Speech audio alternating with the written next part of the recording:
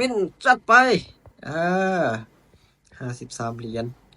สำหรับการสร้างกำไรของข้าเองแมนใส่เพียงเทคนิคเดียวก็ถือว่าได้ผลดีที่สุด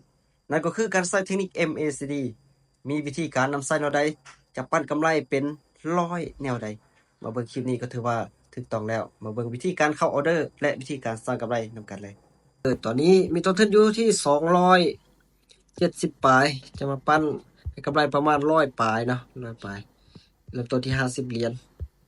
ดีแท้ก็จะปั้นประมาณขึ้นไป400-500พุ่นแหละฮะขายลงต่อ MACD สังเกตเบิ่งตอนนี้พักดันลงแบบนี้เนาะพักดันลงแบบนี้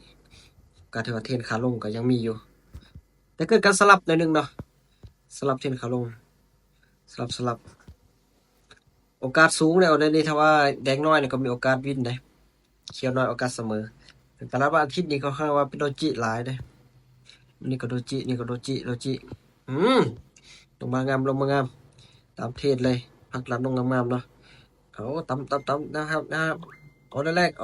แฮกมันโอ้จัดไป1ออเดอร์จุดนี้เนาะจุดขาลงนะจุดขาลง MACD ลง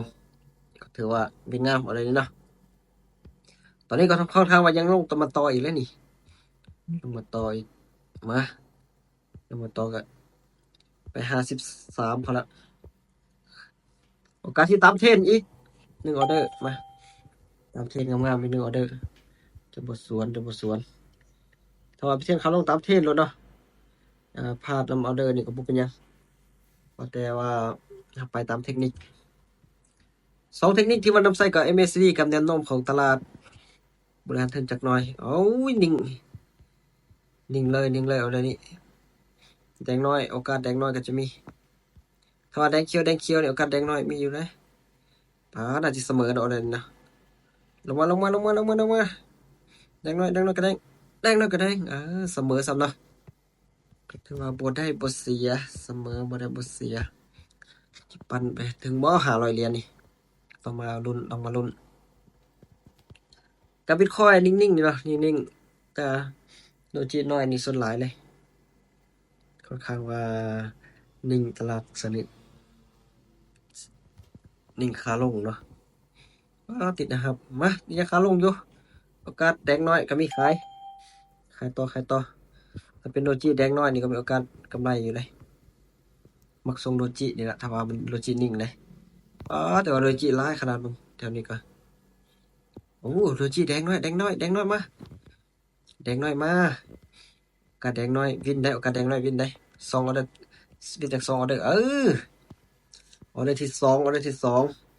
าจะมีกำไรอยู่ได้อัดไป300ปลายแน่นอนละ2-1วินจัดไป53 เหรียญจาก200ตอนนี้กำไร100แล้วเนาะกำไร100ละสุดยอดละบวกมา100มา100กับ2ล้านปลายเลยนะก็ถือว่าการลงทุนมีความเสี่ยงนะตามผมเป็นยังไปต่อเป้าหมายยังยาวไกล53เหมือนเดิมขายต่อเลยนี่เนาะตามเทรนอย่างเดียวบ่ต้องไปสนอย่างอื่นเบิ่งตาม MACD แล้วก็เทรนตลาดอย่างเดียวโอกาสที่จะเขียวน้อยแล้วก็แดงน้อยหลายพักดันลงอ่าบิตคอยน์ราคาบิตคอยน์ก็ลงเนาะ